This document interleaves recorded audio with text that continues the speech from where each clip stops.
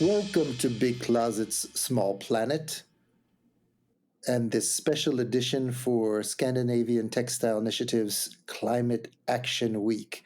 I am Mike Schrager, and today we get the great opportunity to hear from one of STICA's company signatories' CEO. So the brand Kappahl was one of the founding signatories in STICA's company climate action program, which was launched a number of years ago. And of course, you can read more about Kappahl's climate work and their overall sustainability approach in their latest sustainability report. But in this conversation, I wanted to focus less on what Kappahl is doing to reduce its emissions, of course, very important, but more on how a CEO of a medium-sized apparel brand thinks about this challenge and this opportunity. So I'm very pleased that the CEO of Kappahl has graciously agreed to speak with me. Elisabeth, I think it's probably best you introduce yourself and your professional background and such. So welcome, and please tell the audience who you are and what you're doing. Thank you, Michael, and thank you for inviting me. My name is Elisabeth Peregi, and I work at Kappahl, as you mentioned. And I've been working within the fashion business in Sweden and the Nordics for about 25 plus years in different positions. And shortly about Kappahl Group, I would like to add that we name ourselves Kappahl Group, consisting of the two brands Kappahl and Newbie, working with mainly an omni-channel approach, both with stores and an online business. The store network is based in the Nordics, also in Poland and UK, and the online business mainly for Newbie in a number of countries outside the Nordics. So that is the place where I work, and otherwise I'm 53 years old, based in Gothenburg, where Kappahl company also was founded in 1953. So that's a bit short about myself. Brilliant. And the Kappahl Group, what is the ownership structure? How does that look like? 100%, is owned by Mellby Gård, almost 100%. And that is a family-owned investment company based in Malmö, Sweden. A long-term investor, I would say. And the reason I ask that is because that could be something that's important in terms of sustainability and commitment, and you'll tell me if I'm right or not. But we, of course, in STICA and the engagement we do industry-wide globally, we, of course, work with all sorts of commercial companies. Some of them are on the stock exchanges in their respective countries and such, but others are not. Some are family-owned. And I'm wondering, as we move through this conversation, if that makes a difference, to how you lead the company around its sustainability work and climate work. But we'll come to that. So let's start more generally. What is your view on environmental and social performance? And specifically, if you can say climate action in the context of Kappahl's business model and its future, what you want to achieve. How do you think about these things? I think that sustainability as a whole, but recently with a very big focus, of course, on the climate action plans, reducing emissions is very, very key. It's important for me, it's important for our customers, it's important for everyone working at Kappahl Group, and also for our owners. So we have decided to integrate the sustainability targets and goals into our long-term strategic direction, meaning that our growth plans, we want to grow Kappahl Group with strong brands such as Kappahl and Newbie to start with. We want to grow to reach out to even more customers through various channels and markets. And we believe that we have a good customer offer and a good way of doing business that is with a long-term approach. So in our strategic direction, we have stated that the growth that we want to achieve is going to be, we have decided it's going to be both profitable and sustainable at the same time. And when we say it in that way, it engages people working with us, and that we are very, very happy for, because I truly believe that great sustainability work is successful when you work together with all the partners and people you have around you, as the customers, as everyone working at Kappahl, and the suppliers and partners, and like the STICA corporation, for example. So I think this is the sort of crux of what often is debated, right? That how can you both generate profits, healthy profits for what your owners and you as a business leader think is what you want to achieve, what you should achieve, and at the same time reduce your greenhouse gas emissions or your impact on the environment and such. These two things. And of course, as you're describing, this for a company to succeed, these have to go hand in hand. You can't have environmental benefits and not financial gains at some level. That formula doesn't work, right? But how do you see the challenge there? Do you think you say you were integrating this into the company's long-term plan? Do you see this as something that is easy to achieve, very difficult, but something you're visioning, says that you want to do? How do you see the challenge on a quarterly or yearly basis for Kappahl? I would like to start to say that yes, it is difficult, and yes, you need to put both time, resources, and investments into the sustainability work, just as you do with everything else in your business, comparing with marketing investments for brand awareness, or investment in supply chain for more efficient and cost efficient handling of goods, or if you want to invest in your employer brand, for example. So it's very much about trying to reach or having a plan to reach the long-term goals, and at the same time make sure that you also deliver the profit and cash flow that is needed to invest in the future. So it's both perspectives at the same time, and I would also like to add that sustainability and climate actions are much about being conscious with what you use for resources. For example, reducing or transforming to renewable energy is good, but it's even better if you can also reduce the energy needed in the production, for example, at suppliers' sites. It's very good if you can find customer offers that your target group enjoys. For example, the circular offer, secondhand. So if you can sell secondhand items or sell fashion secondhand, the target group will enjoy it, and it will be also a very good contribution to lower your emissions, because the emissions are already there when the garment was produced.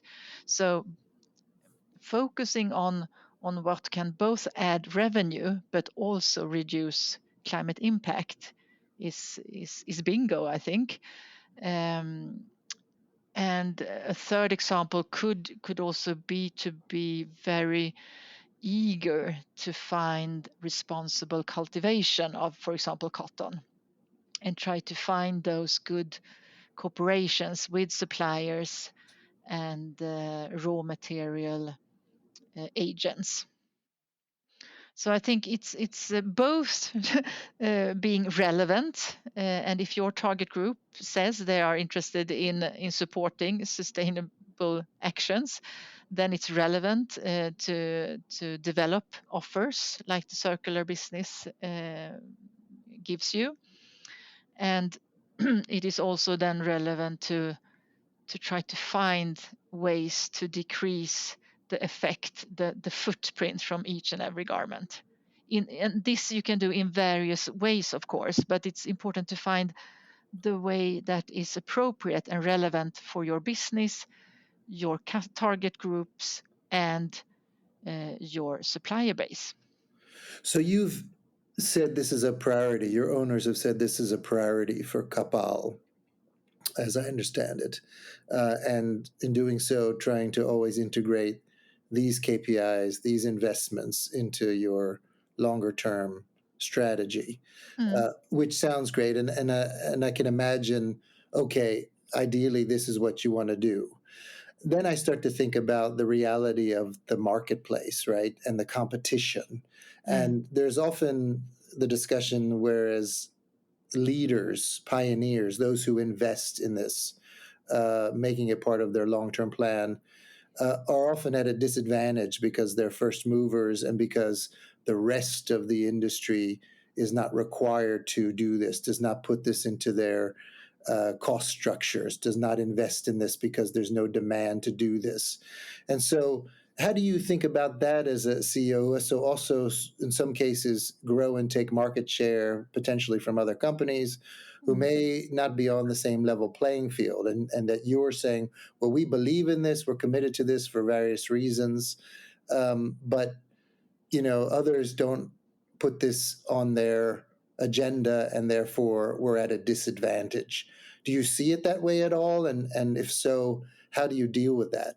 Well, I believe that if we want to transform and have a sustainable future, it of course is everyone's responsibility to act in a way that will make the future bright, if I may put it like that. And but at the same time, I am also realistic. The transformation will not be done only on voluntary basis, because business leaders and investors see things from different perspectives. So if we want to make this transformation, for sure, we need legislation and supervision to help the business to transform. Okay. So you definitely see that in order to make it a level playing field and to ensure that all the industry actors have to move in a certain direction, that legislation is required. And so in that legislation, I just want to again go back to the economics of all this, to the extent that you can talk about that, which is, we see that there are pieces of legislation happening at the EU level in the US. There's being a debate about will they be as rigorous and for whom as possible moving forward. A lot of it's at the product level. So it's still in development on what kind of impact it could have, and happy to hear your views on that. But ultimately, our experience is that the thing that drives commercial companies are the financial KPIs, right? And so if there are not enough financial penalties or financial rewards for being good at, for instance, CO2 reductions or climate action, then there won't be enough sufficient incentives for entrepreneurs or companies like Kappahl to really do as much as you possibly can to reduce your emissions at the pace and scale required. So I'm curious, as a CEO, when you think about the sort of leverage points, the levers, the incentives, you're doing what you're doing today at a certain pace. Imagine you had more financial penalties for not doing it or more rewards for doing it. Would that make any significant difference for you and your work and the industry's work? That is a very, very important and interesting question. At Kappahl Group, we have worked with the sustainability agenda for many, many years. And I think the latest trend that we see when we are able to reduce emissions and at the same time grow is giving us confidence that we are on the right track. So for sure. And this we started to do before before the legislation was set, and it's not set. It will be in the coming years, and I support the legislation, of course.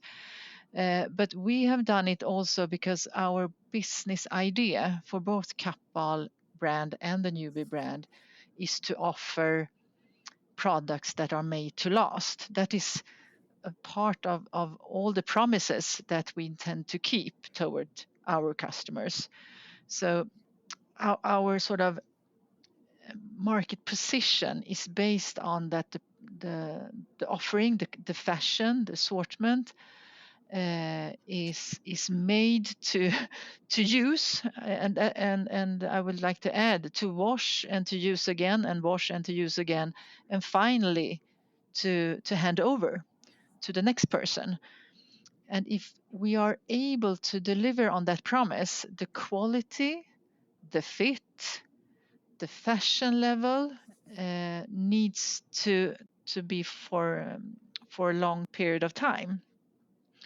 Therefore, we need to put a lot of effort in the product itself. And by doing that, we are making it more possible to reduce the climate emissions, because the emissions are so much coming from the product, the production of the products. So I think that we would have done regardless of legislation. Okay. Because that is our business idea. With poor quality, we will not be able to promise our customers a fashion that is made to last, and the fashion that will fit in everyday life. So that is coming from the customer perspective, and that I think is very important for at least us to be true to our customers and the target group that we have chosen. So you're saying that the market and your market segment, your target group, is rewarding you for this kind of investment in sustainability and climate action through the integration of this into how you think about quality products. And so it works for your market segment, because of course I'm thinking as I listen to you, and this is perhaps because it's a different market segment, right? But I'm thinking about fast fashion traditionally and the concept, and then this ultra fast fashion, the instant fashion that we've seen now pop up in the last couple of years with these even sort of more extreme cheap products that are sold in a massive scale. Like, again, we all refer to Shein and Temu and those kinds of organizations, but there are others besides that. So I guess what I'm saying is that they may not be, as you're describing it, part of the same market segment that you're operating in.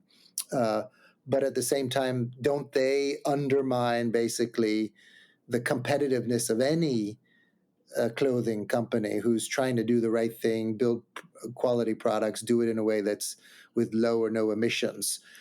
Doesn't these sometimes, even if you don't want to, outcompete a company like yours because of what they're offering?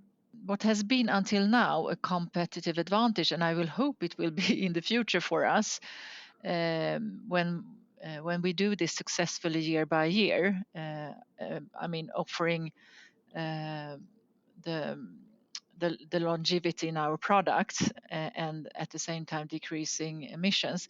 That I believe we will focus on going further. But yes, the competitive advantage coming from that is now you can say, threatened a bit,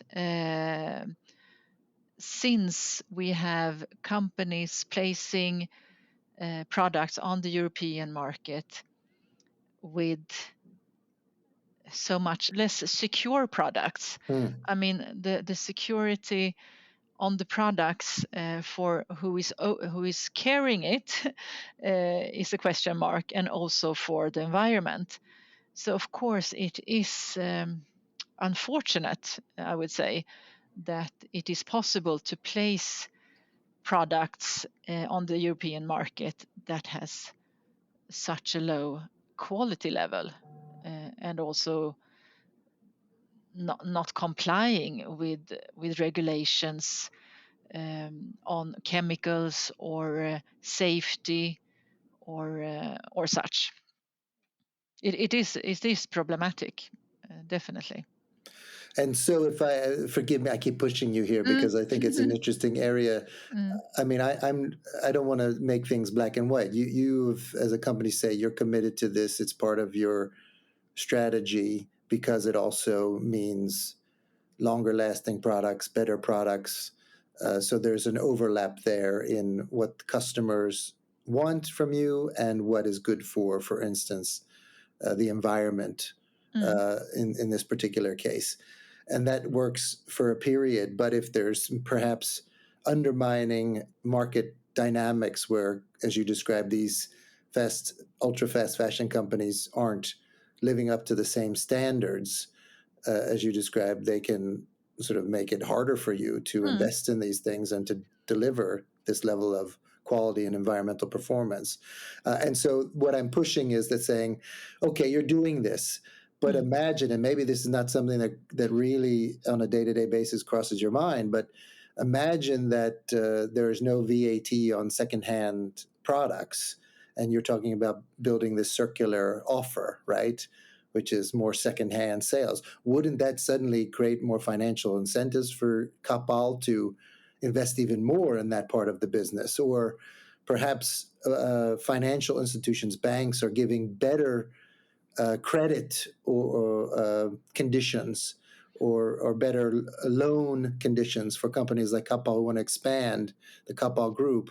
And suddenly they're saying, look, Kappahl, you're reducing your emissions at this rate, you're reducing your risk at this rate.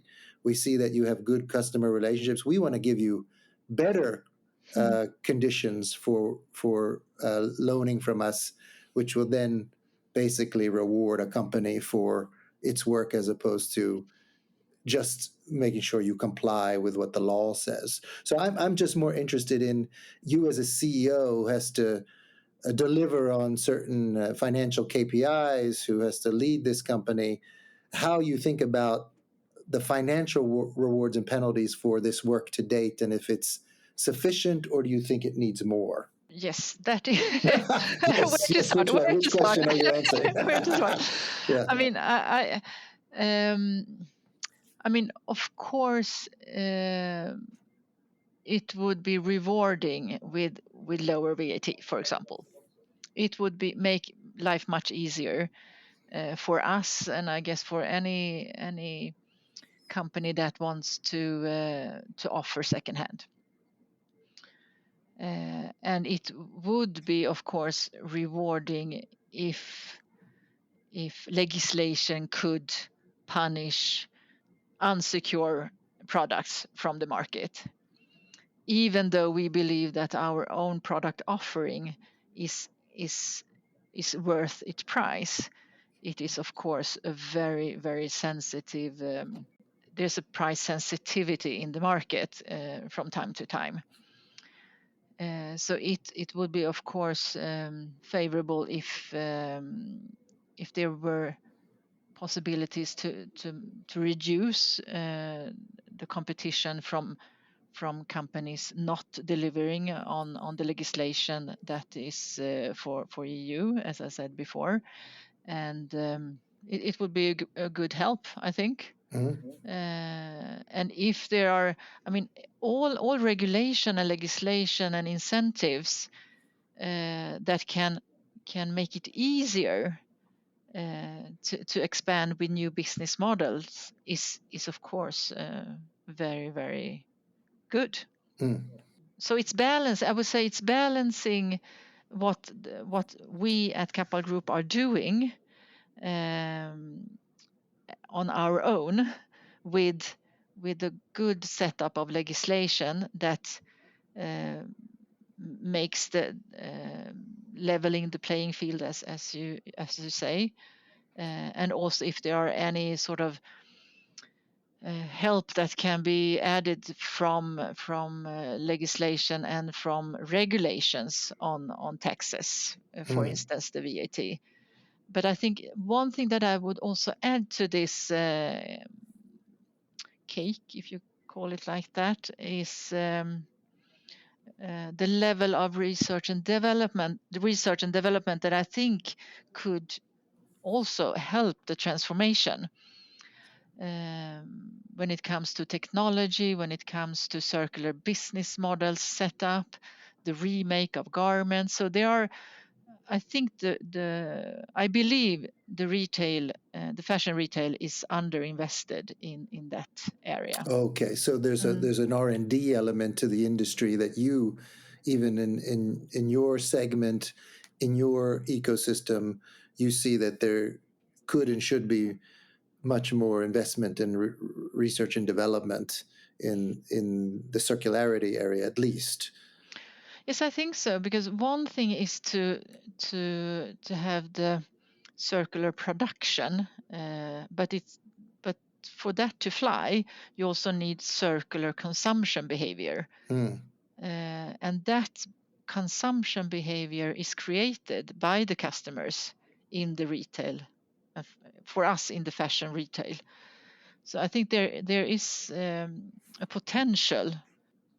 I could promise that retailers such as Kappahl and others will use that investments in a very, very good way. And you're talking about that you would like the industry to invest, and then companies like Kappahl would take the learning from that and apply it, or do you mean even companies like Kappahl should somehow receive specific R&D support?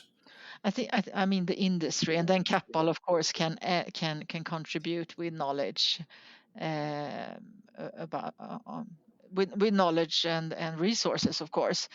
But I think for us, for the business to develop and for the transformation to accelerate, I would like to point out that the circular consumption is still underinvested when it comes to research and development.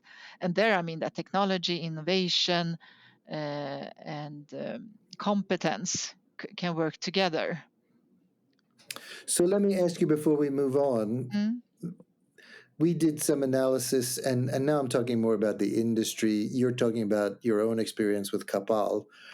The idea that shareholder and owner demands for more short-term financial growth and lack of, maybe, as I was arguing, sufficient financial incentives to make absolute GHG emissions reductions sort of the norm. Do you agree that short-term thinking in the industry in general for financial growth can be a problem for achieving our climate and sustainability goals? I know that Kappahl has a private owner and, as you're stating, has a longer-term vision. But given your extensive experience in the industry itself, do you think that the short-term financial growth and lack of sufficient financial incentives is a problem for us to achieve the sustainability goals we're setting out? I would like to have more facts on that before I answer. Okay, fair enough. And so did you have anything more you wanted to say about sort of what you want from legislators, financial institutions, anything else you're thinking about there that you think if we had this, we could do even more, we could achieve more in our climate work, or etc.? I think the legislation is important, of course, and that it is clear and ambitious, and that it is based on a long-term perspective. that makes it also easier for companies to invest in new business models. And then I think it's very important to add the supervision and the sort of rewards and punishment if you don't follow the law. It's like driving the car. I mean, if there are no signs how fast you can drive and nobody is caring or is watching, and no one is stopping you, and then we will keep on driving very fast, and that will be dangerous for ourselves and the people around us. So then, what advice do you have for other business leaders, CEOs like yourself, colleagues, when it comes to this role of, and so you have a role where you're both trying to meet the financial goals and targets of a company and build the long-term health of the company financially. At the same time, you're trying to meet science-based sustainability targets and goals and such. Do you have any advice from your now years trying to do both at the same time for other business leaders and CEOs? Well, my first advice is to make sure it is integrated in the long-term strategy.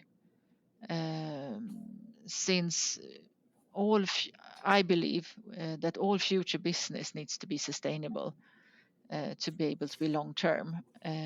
So that is number one, to have either brand strategy or business strategy or any long-term strategy where sustainability is included. Then you will work with your long-term strategy and you will make short-term planning for that. And to be able to make the planning, then you need to set the targets.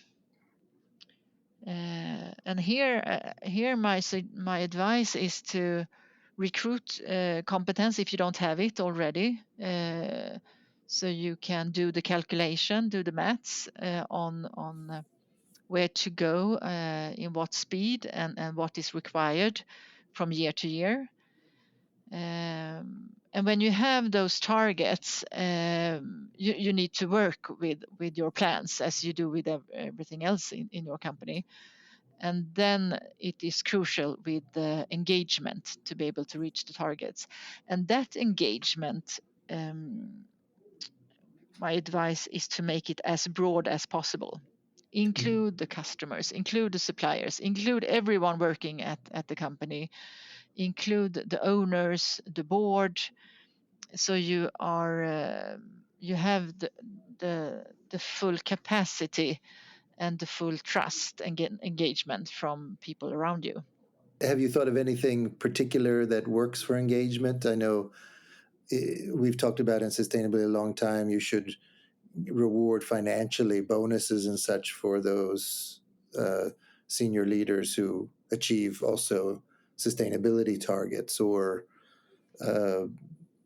for suppliers who also with you reduce emissions. Together you work to find joint rewards for that. Is there anything that comes to mind in terms of how you think about that? When I feel engagement internally and externally, it's more about what kind of company you are building together with your team, what you want to reach, what kind of promises you give to your customers, what kind of promises you give to the co-workers, and also what promises you give to the suppliers. Being a long-term, having long-term relationships, I think, is more rewarding than the price that you set for that season. It's more about a commitment, working together for many years to come. So I think the engagement is more about being very, very clear on what you want to achieve, and letting people help, letting people contribute with both time and competence. So I think the reward rather lies in having the common understanding, to have the common targets, and to work together reaching those goals. to be a company where you reward transparency, you reward honesty, you reward keeping the promises, a place where you want to sort of work, and a company with whom you would like to interact. Okay, so in some ways it's about how you do things, the value set, the consistency, the integrity that you think is just as important as for instance financial rewards for achieving certain goals or such like that. From your experience in the industry, do you think that your situation is different than other brands and retailers who have different setups? I'm just curious, given that you have private owners, long-term sort of investors, uh, not all brands and retailers have that, right? Often there are many who have very short-term outlooks, at least as I understand it. Do you see that in other contexts this could be hard to do?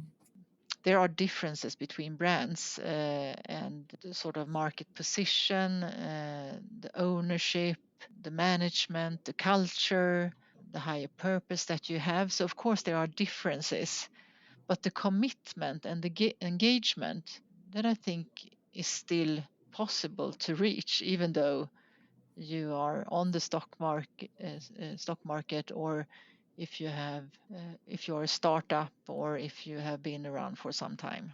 Okay. How optimistic are you that Kappau's going to meet its climate targets, for instance? I am optimistic, but I'm also realistic, meaning we will need to work hard on reducing our absolute emissions, since we also want to grow. So we need to not only reduce the emissions per garment with 50% about, we need to decrease it even more, since we are also planning to sell more higher volume. So that is a very ambitious target, but so far we have done great, I think, and it has given us confidence to continue. And I'm optimistic that we will reach this. And as I said before, we will do it together with our customers and our suppliers and everyone working at Does Kappahl. this kind of challenge excite you as a CEO? It really does. Yes, yes, yes. Okay, It because I've does. started to feel a little bit of that, and I was like, "Is this something you're into?" Because not necessarily every CEO is interested in trying to solve this very difficult challenge, but it sounds like this feels a little bit for Kappahl part of. I don't want to put words in your mouth. The DNA that this is sort of part of the creative challenge of running a company today. I mean, we have decided to have a bold purpose that engage us and motivate us and our customers, and that is to create a responsible world of fashion. So we have high ambitions, and we are also have a strong commitment around it. And I think that is so important if you want to lead the way and if you want to create a responsible world of fashion. So let me ask you a personal question. How concerned are you about the state of the world when it comes to, for instance, global warming and such? How much does this cross your mind as you're working day to day or outside of the company? I'm very concerned, and I perhaps I don't think about it every day, but I am very concerned about how things are developing, uh, and I think every person, being a CEO or not, should sort of contribute to making the future brighter for the next generation, or for many more generations to come, I would say. It's very, very important. And so Today we're also experiencing some geopolitical changes. There are some who would argue that the threats to democracy are greater now than they have been in a long time in many parts of the world. A move towards authoritarianism, uh, climate action maybe being threatened by leaders who don't believe in environmental science. And there's always a question about business in society and CEOs and owners taking a stand. Uh, do you, beyond just climate action, do you see a role for business in supporting, the healthy democracies and the role of business in a larger system? How do you think about that? And are we in the business world and in the fashion world doing enough to take action on some more fundamental questions like democracy? I do believe in democracy. I think it's very important. I believe diversity and inclusion is crucial for us at Kappahl, and I also think that I want to stand up for that, and I want to continue working with those questions because they are so important. I guess what I'm also wondering about is it's not always clear that there's a clear sense from the business community that to have a healthy business community and successful companies, you also need a healthy society. Um, and that, you may in the short term still make money, but in the long term, you're undermining, if you don't have democratic systems, you're undermining markets and such as well. So I know that it's not always so straightforward that business leaders also take a stand when it comes to uh, larger societal questions. And so I was just curious how you thought about that. I think it's very important that everyone takes a stand for what they believe in. And if we do so, all of us, then we will also that will have an impact on society. Elisabeth, thank you very much for taking the time to speak with us. Thank you.